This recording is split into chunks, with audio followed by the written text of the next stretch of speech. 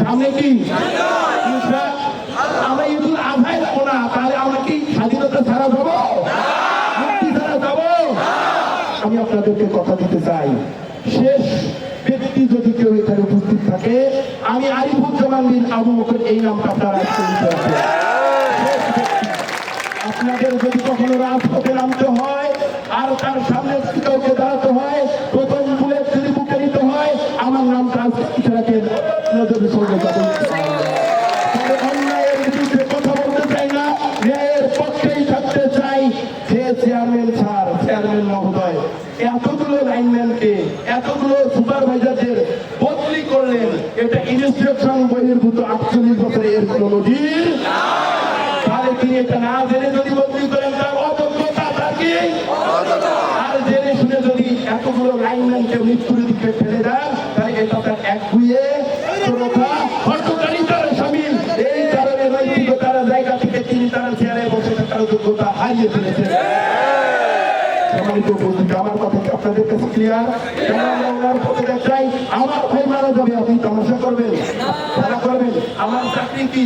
আমার চাকরি খাবেন, হামলা করবেন, মামলা করবেন, জেলে যাবেন, এরকম হাজারটা চাকরি যদি চলে যায় তার পরোয়া করি না, তবু মুনাফিকি করতে পারবো না, অন্যায়ের পক্ষে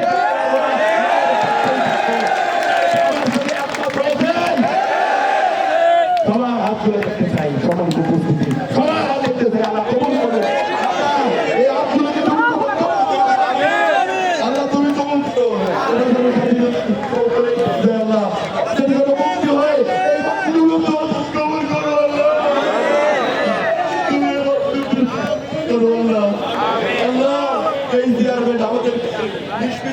করার জন্য অত্যাচারকে ফেলে যাওয়ার, তার রাজ্যে মেটানোর জন্য লাইনকে মৃত্যুর দিকে ফেলে দিতে পারে, তিনি আমাদের অভিভাবক পারেন না।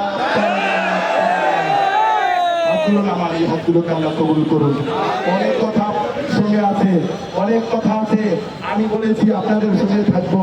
আমাকে একজন আমার কলিগ, আমি নিজের সম্পর্কে মানুষকে বোঝাই, আমার কলিগ একজন আমাকে ফোন দিয়েছে কিছুক্ষণ আগে, বলে চলে আসেন আপনি, আপনি কেন ওখানে রয়েছেন, আপনি থাকবেন না। বলতেছি যে আমার চাকরি গেলে যাক, আপনার বিষয়টা কি? বলতেছে যে ভাইরাল বক্তা, চাকরি না থাকলে ওগুলো টেকবে না, আমাকে ওগুলো মানুষ সম্মানও করবে না, আমাকে এই কথা বললো। আমি বললাম যে রিজেক্ট নিয়ে আমি মানুষকে বুঝাই, আপনি আমাকে কি বুঝাবেন?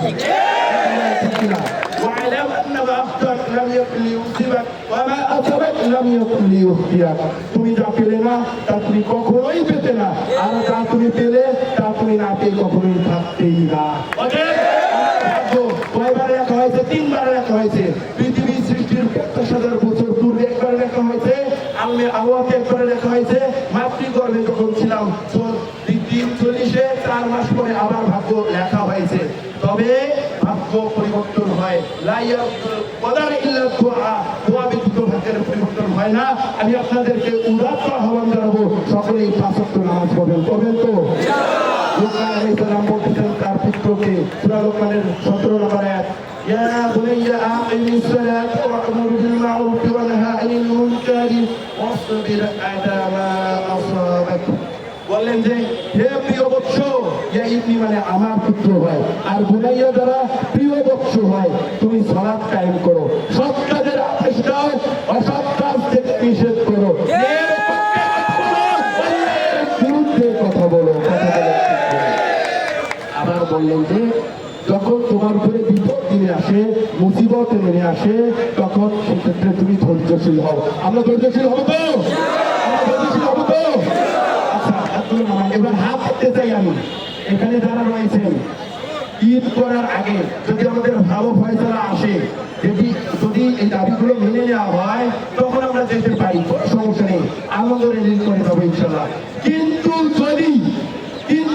যদি আমাদের এই দাবি মেনে নেওয়া না হয়, শেষ পর্যন্ত থাকবো না। কে কে আছেন?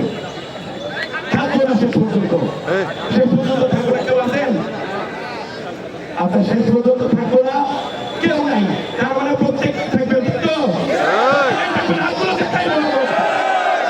সম্মানিত উপস্থিতি, ইনশাআল্লাহ বিদায় আমাদের জন্য হাত ছেড়ে দিয়ে যাচ্ছে ইনশাআল্লাহ। সংগ্রামী সহযোদ্ধারা, আমাদের আরিফুজ্জামান ভাইয়ের বক্তব্য